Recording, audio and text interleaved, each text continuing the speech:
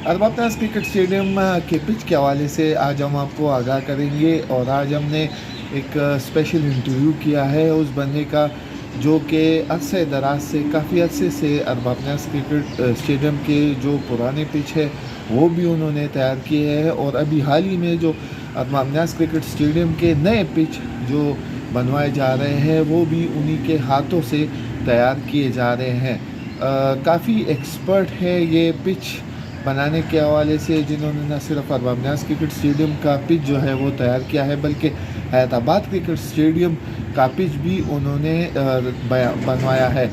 Arbab cricket stadium अभी तो उसकी तज़ीन और राय जो है वो मुकम्मल हो रही है। अगर इससे हम पहले देखें तो जो पुराने तर्ज तामीर में अरबाब क्रिकेट स्टेडियम था उस वक़्त जो पिच बनवाए गए थे तकरीबन 20-30 साल अरसा कबल वही पिच इन्हीं पिच एक्सपर्ट ने बना है। तो आज हमने उनसे बात की है अरबाब क्रिकेट स्टेडियम की जो पिच है उसकी क्वालिटी क्या है, उसकी खसूसियात क्या रहेगी, बॉलिंग पिच रहेगी फिर बैटिंग पिच रहेगी, या इसमें क्या क्या खसूसियात रहेंगी, कौन सी मिट्टी पिच की तैयारी के हवाले से खसूसी तौर पर मंगवाई जाती है और इस्तेमाल की जाती है। तो आइए आपको उनका इंटरव्यू दिखाते हैं।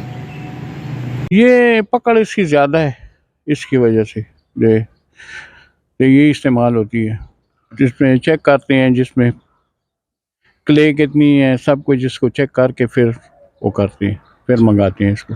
यह दुबई शारजा में सुना हुआ है क्योंकि हमें इतना इल्म नहीं है इसके बारे में जी। दुबई और शारजा में इस्तेमाल की जाती है। हाँ, दुबई शारजा में इस्तेमाल की जाती है और तो पाकिस्तान के तमाम ग्राउंडों में यही इस्तेमाल होती है जी। गीली है थोड़ी सी। अच्छा, हाँ, ऐसे सख्त होगी कि ये तोड़ नहीं सकते। फिर इस मिट्टी की वजह से होती है और फिर आखिर में रोलर की वजह से होती है कि घास कौन सा पर लगा हुआ है, रोल कितना करना है कितना नहीं करना, इसकी वजह से कभी तेज है कभी स्लो, उसकी वजह